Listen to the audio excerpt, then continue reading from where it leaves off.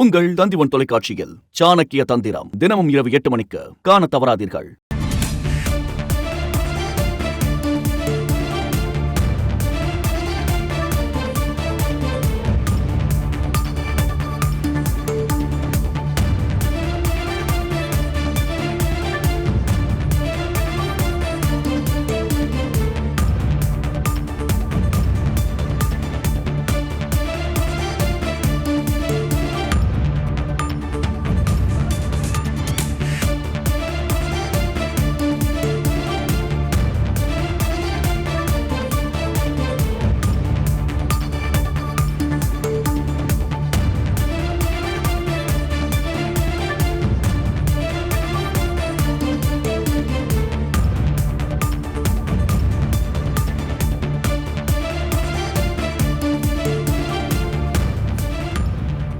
ஓரிரு தினங்களில் மழைக்கு பின் பாதிப்புகள் உள்ள பயிர்கள் கணக்கெடுக்கப்படும் என உழவர் நலத்துறை அமைச்சர் எம்.ஆர்.கே. பன்னீர்செல்வம் அறிவித்திருக்கிறார். இது பற்றின மேலும் விவரங்களை செய்தியாளர் பாஸ்கர் வழங்கிட கேட்கலாம்.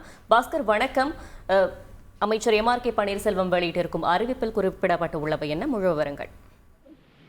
வடகிழக்கு பருவமழை தீவிரமடைந்திருக்கக்கூடிய நிலையில 31,853 ஏக்கர் பரப்பளவுல சம்பா நெற்பயிர் சாகுபடி என்பது மேற்கொள்ளப்பட்டதுல பல்வேறு மழையின் காரணமாக ஒரு 31,000 ஏக்கர் பரப்பளவு இருக்கக்கூடிய இந்த சம்பா நெல் சாகுபடி செய்யப்பட்ட வயல்களில் நீர் சூழ்ந்திருக்கிறது. நாகப்பட்டினம் மாவட்டத்துல 18,000 ஏக்கர் பரப்பளவிலும், மயிலாடுதுறை மாவட்டத்துல 9,000 ஏக்கர் பரப்பளவிலும், திருவாரூர் மாவட்டத்துல ஒரு 3,000 ஏக்கர் பரப்பளவிலும், தஞ்சாவூர்ல 2,339 ஏக்கர் பரப்பளவுல பாதிப்பு என்பது ஏற்பட்டிருக்கிறதாகவும், இந்த வடகிழக்கு பருவமழை தொடர்ந்து தீவிரமடையும். அதன் காரணமாக வயல்வெளிகளில் இந்த சம்பா நெற்பயிர்கள் சாகுபடிக்காக பயிரிடப்பட்டிருக்கக்கூடிய அந்த வயல்களில் நீர் சூழ்ந்திருக்கும். இதை கருத்தில் கொண்டுதான் ஒரு இணை இயக்குநர்கள் தலைமையில ஒரு குழு அமைக்கப்பட்டிருக்கிறது. அவர்கள் தோட்டக்கலை அலுவலர்கள், உதவி வேளாண் மற்றும் தோட்ட அலுவலர்கள் எல்லாம் ஒரு 5,000 பேர் நியமிக்கப்பட்டிருக்கிற களப்பணியாளர்கள். இவர்கள் விவசாய நிலங்களுக்கு சென்று கணக்கெடுப்பு பணியை ஓரிரு நாள்ல மேற்கொள்வார்கள்.